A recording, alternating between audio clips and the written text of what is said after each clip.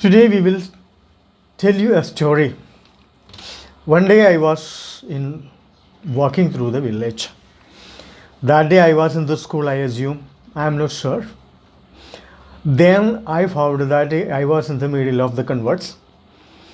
Then they have seen a snake was passing through that way. All of them chased the snake. They caught the snake. After that they wrapped cloth around it. Then they set fire. The poor snake died burning. It happened while I was in the school, and it has been done by converts. So what I would suggest to say is that these converts, they don't have any humanity, any empathy, any sympathy, or any heart in the middle of their ribs, because they have been taught that every living being has been created by God for the man to enjoy. So that belief, either taught by any holy book or any unholy book, has to be changed.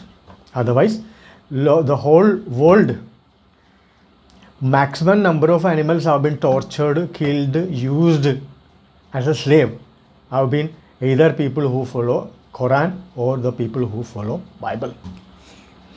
So these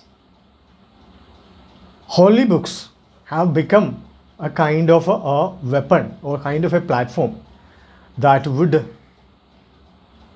eliminate torture or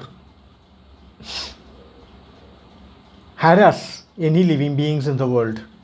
Mostly, one of the reasons most of the living beings have died, around 60% of them have bore a lot of pain before their death, and the pain was caused by the human beings. Secondly, another thing I can tell you, a female dog, you can call a bitch. The woman in the owner of that bitch have contracted some boys in the village for 10 rupees to kill that bitch because it would give birth to more and more puppies. What these guys have done is that they caught that dog and hanged it in front of me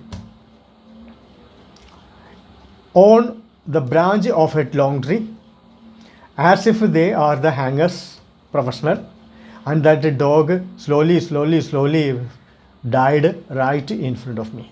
It has been done by a group of boys who are studying in the school. They have done it for pocket money, and this woman has seen that the dog was dying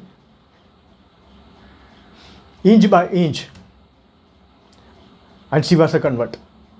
Third, another group of boys have been contracted by the owner of another bitch or a dog, female dog.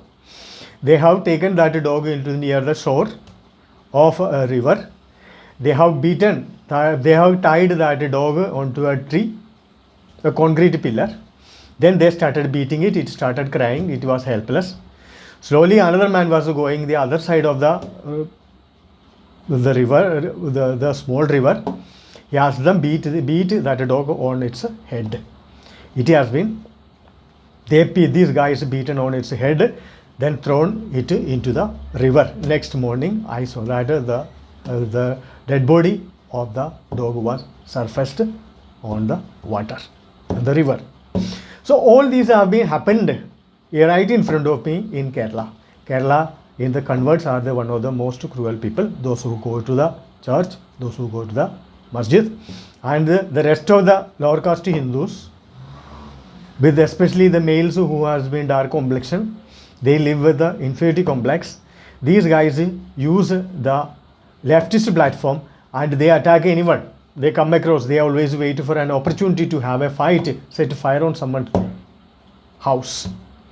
So why it is happening? Because they call that Kerala is a God's own country. There is nothing godly over there. The only what is there is that ghosts, the devils, the idiots, the murderers, the betrayers, and this is the same state where maximum number of women have been betrayed, made pregnant, and taken to different the church running hospitals to do abortions. It has been increased when the number of people started going to Middle East in search of job.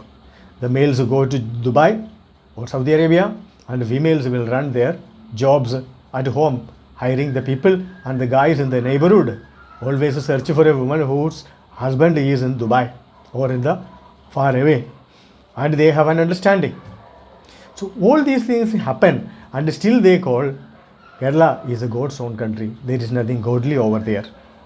The converts have Bible, Quran and Communist Manifesto made the state the shell company, and they use even the Congress party as a shell company, using their vote bank, and they have the church and the invaders. Bible, Quran and Communist Manifesto has taken over the assembly, the constitutional institutions, TV channels, news, print press, and they are running their own interest, their own mafia, and rob the entire state.